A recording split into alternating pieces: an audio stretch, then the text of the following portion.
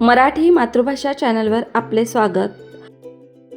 आज आपण इयत्ता 6वी विषय सामान्य विज्ञान नवीन अभ्यासक्रमावर आधारित पाठ क्रमांक 1 लक्षणे सजीवांची या पाठाचा संपूर्ण स्वाध्याय पाहणार आहोत.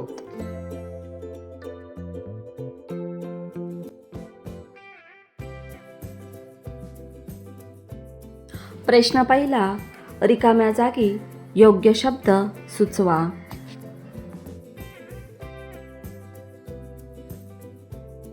अ. प्रत्येक सजीव स्वतःसारखे आणखी सजीव निर्माण करतो, याला डॅश डॅश म्हणतात. उत्तर प्रजनन. प्रत्येक सजीव स्वतःसारखे आणखी सजीव निर्माण करतो, याला प्रजनन म्हणतात.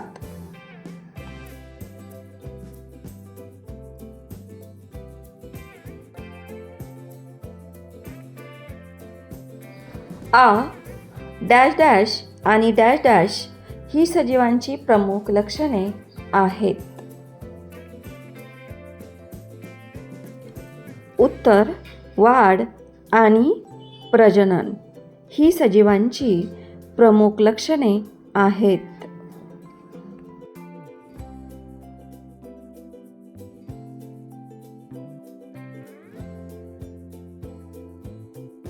ई. अन्नामुळे होणारी सजीवांची वाढ आणि विकास यांना सजीवांचे डॅश डॅश असे म्हणतात. उत्तर पोषण. अन्नामुळे होणारी सजीवांची वाढ आणि विकास यांना सजीवांचे पोषण असे म्हणतात.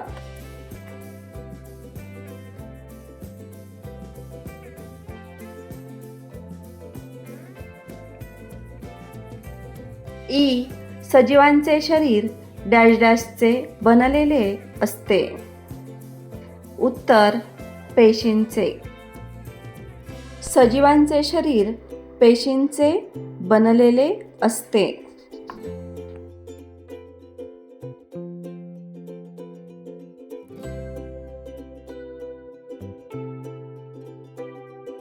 प्रश्न दुसरा. पक्षी, मासे, जनावरे हालचाल करून स्वतःची जागा बदलू शकतात. पालापाचोळा तसेच ट्रॅक्टर, बैलगाडी सारखी वाहने त्यांच्या जागा बदलू शकतात. या दोन्ही प्रकारच्या हालचालीत महत्त्वाचे फरक कोणते?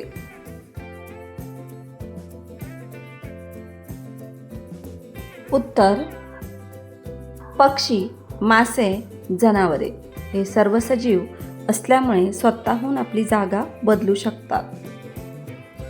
परंतु पालापाचोळा, बैलगाडी, ट्रॅक्टर हे निर्जीव असल्यामुळे स्वतःहून हालचाल करू शकत नाही. त्यांची जागा वारा, माणूस किंवा प्राणी यांच्या साहाय्याने बदलू शकते.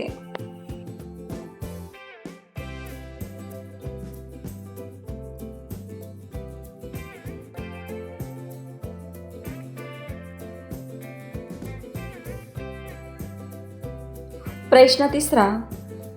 अनेक रोगांचे जंतू अतिशय सूक्ष्म असतात. ते नुसत्या डोळ्यांनी न दिसण्या इतके लहान असतात. एवढ्या लहान सजीवांचे प्रजनन होत असेल का? तुम्हाला काय वाटते? हे कशावरून ठरवले ते सांगा.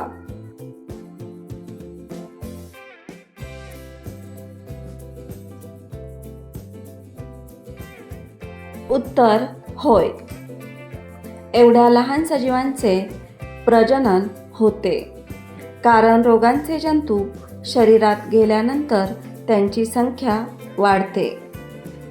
यावरून ते नवीन जंतू तयार करतात, म्हणजेच त्यांचे प्रजनन होते हे समजते.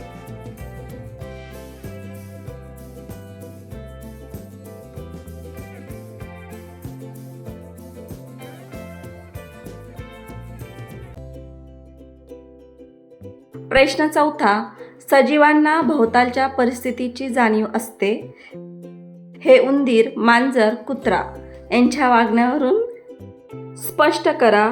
वेगवेगळ्या प्रसंगात ते कसे वागतात याचे निरीक्षण व अनुभव लिहा.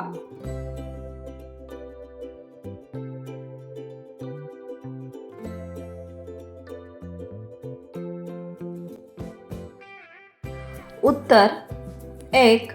उंदीर चाहूल लागली की लगेच पळून जातात. 2.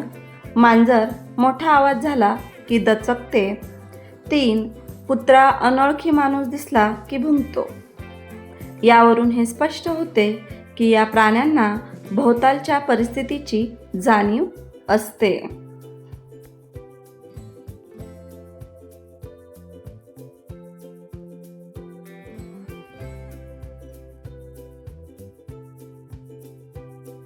प्रश्न 5. प्राण्यांच्या हालचालीचे सुचतील तेवढे वेगवेगळे प्रकार आणि त्या प्रकारांनी हालचाल करणारे प्राणी यांच्या याद्या करा.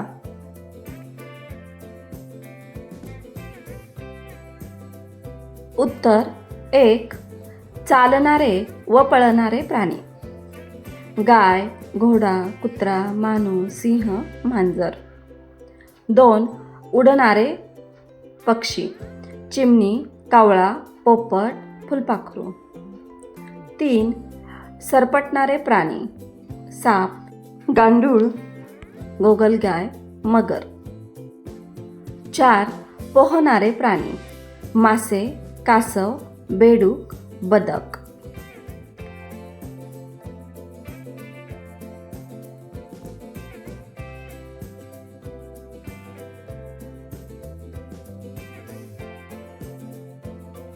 प्रश्न 6. वनस्पतींना चेतना क्षमता असते.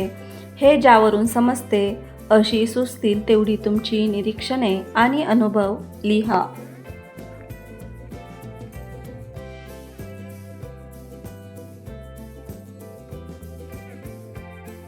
उत्तर 1.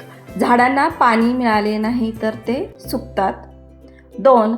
स्पर्श केल्यावर लाजाळूच्या झाडांची पाने मिटतात. 3. झाडांची पाने सूर्यप्रकाशाच्या दिशेने वळतात. 4. काही फुले सकाळी उमलतात व रात्री मिटतात. यावरून वनस्पतींना चेतना क्षमता असते हे समजते.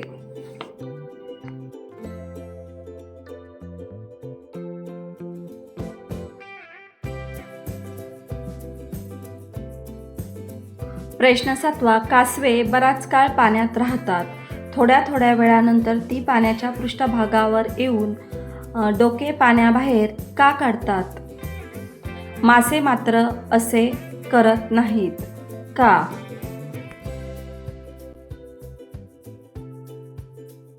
उत्तर कारण कासवे फुफ्फुसांच्या साहाय्याने श्वसन करतात.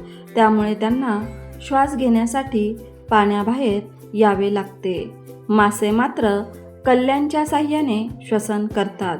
त्यामुळे त्यांना पाण्याच्या बाहेर येण्याची गरज पडत नाही.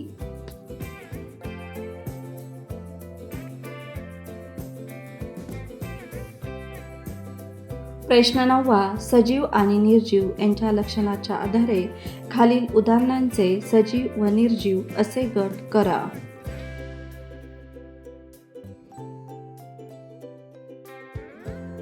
सजीव, फुलपाखरू, मासा, झाड ही उदाहरणे सजीव आहेत. निर्जीव, दगड, सायकल, पुस्तक, हवा, पतंग, बस ही उदाहरणे निर्जीव आहेत.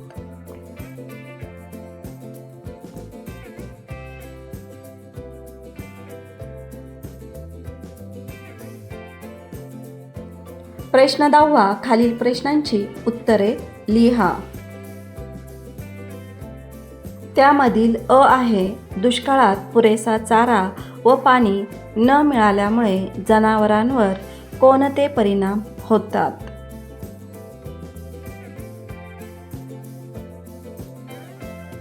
उत्तर, दुष्काळात चारा आणि पाणी न मिळाल्यामुळे जनावरे अशक्त होतात, आजारी पडतात. पाणी न मिळाल्यामुळे जनावरे मरू शकतात.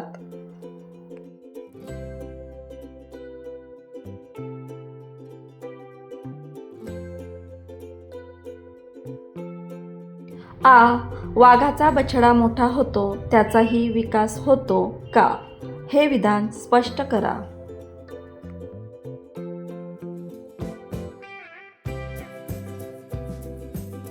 उत्तर, होय. वाघाचा बछडा मोठा होतो. मोठा होत असताना त्याच्या शरीराची वाढ होते. तसेच तो चालणे, धावणे, शिकार करणे, स्वतःचे संरक्षण करणे इत्यादी गोष्टी शिकतो. म्हणजेच त्याची वाढ व विकास होतो.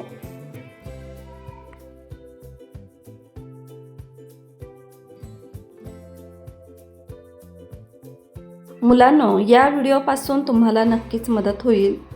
हा व्हिडिओ आवडला असेल तर व्हिडिओला लाईक करा आणि अशाच प्रकारचे नवनवीन शैक्षणिक व्हिडिओ पाहण्यासाठी आपल्या मराठी मातृभाषा या यूट्यूब चॅनलला अवश्य सबस्क्राईब करा.